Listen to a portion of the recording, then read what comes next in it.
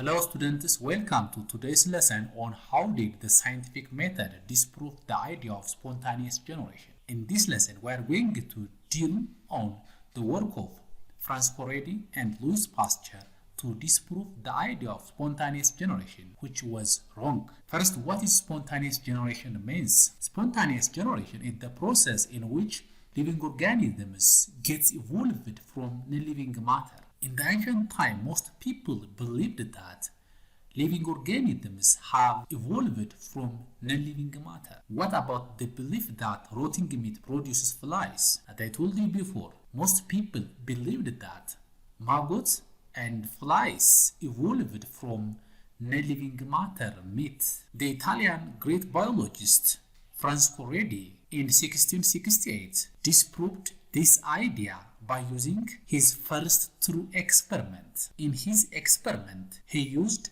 a wide-mouthed jars. In these wide-mouthed jars, he placed meat and then he grouped wide-mouthed jars into two major groups. The first group, what we call control group, and the second one was experimental group. In his control group, he left the meat in the wide-mouthed jars and left it open for the air. In the second group, he placed the meat in the wide-mouthed jars and covered with a piece of gauze. Here I think we need to describe what's control group and experimental group.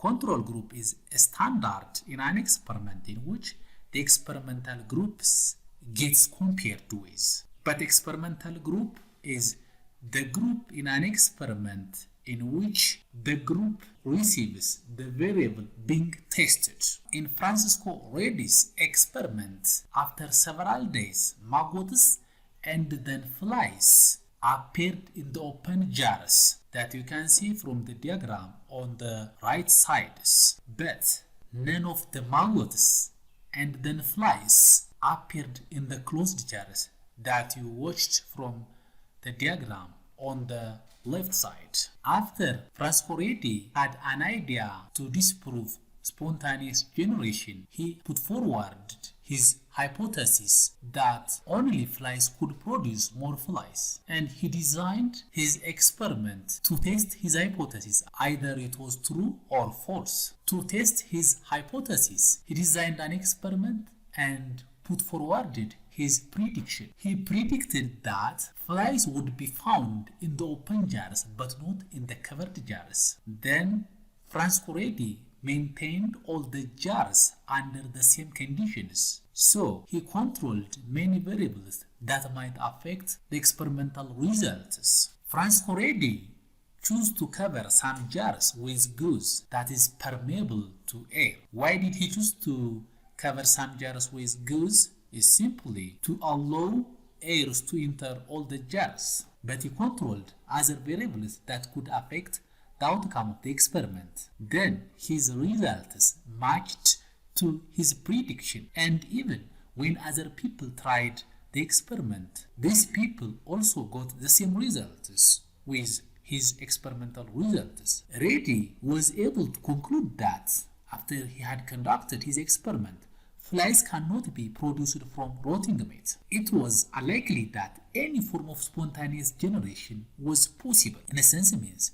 living organisms simply evolved from living organisms. In Redi's experiment, most people accepted his result with regard to large organisms or macroorganisms, but not with microorganisms. Most people still believed that microorganisms had evolved from non-living matter until the work of Louis Pasteur. After the work of Redi, many people still believed that microorganisms could arise by spontaneous generation. What was the work of Louis Pasteur to disprove this idea that microorganisms had evolved from non-living matter? In 1859, Louis Pasteur carried out an experiment to disprove this idea. He designed an experimental procedure to show that microorganisms that caused wine and broth to go cloudy or sour came from the air. In a sense, the air carried germs. Germs that were exist in the air gets polluted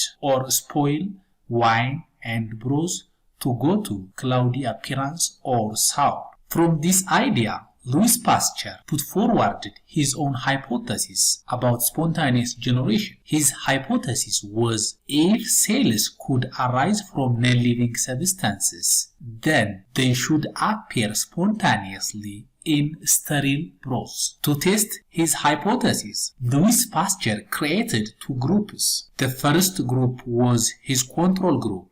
In his control group, he exposed the broths to sources of microbial cells. His second group was experimental group. In his experimental group, the broth that was not exposed to microbial cells. For his control group, he used a straight-necked flask. To his experimental group, he used a swan-necked flask. Then, Louis Pasteur designed a procedure to test whether sterile nutrient broths could spontaneously generate microbial life or germs or not. This is what was his prediction that he expected, or what he scientifically guessed or expected to appear after he had accomplished his experimental procedures. Pasteur boiled broths in swan-necked and straight-necked flasks to kill any microorganism that might be in the flask. The reason that he boiled the broth that was in a swan-necked and straight-necked flask is the boiling forced steam and air out of the flasks, and then he stopped the boiling and let the broth in the flasks to get cooled for a certain period of time. After that, the air was get back into the flasks. In his experiment, all the flasks were kept under the same condition in laboratory. Louis Pasteur treated his experimental group on swan-necked flasks into three forms or three ways. For this reason, Pasteur found that the broths stayed clear for months in swan-necked flasks.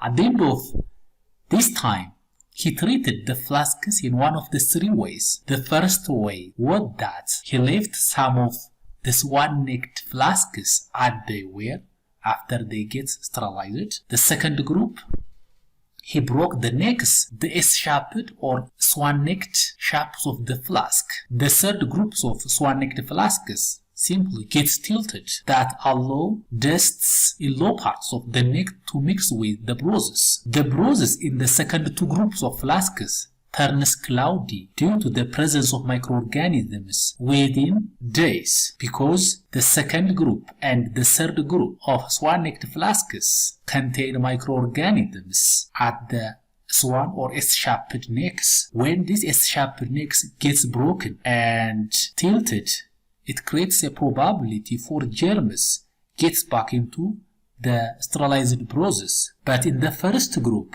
what he left as they were sterilized and placed upright position, germs had no probability to get inside into the broths, and hence the broths in the first group remains clear for a certain months. Then Louis Pasteur concluded that microorganisms simply evolved from pre-existing microorganisms, but not from non-living matter or broth itself. In this instance, his hypothesis gets rejected. After this, people were forced to admit that spontaneous generation, even of microorganisms, could not happen. Franz Corredi on macroorganism and Louis Pasteur on microorganism, they stated that generally living organisms had evolved from pre-existing organisms rather than the non-living matter.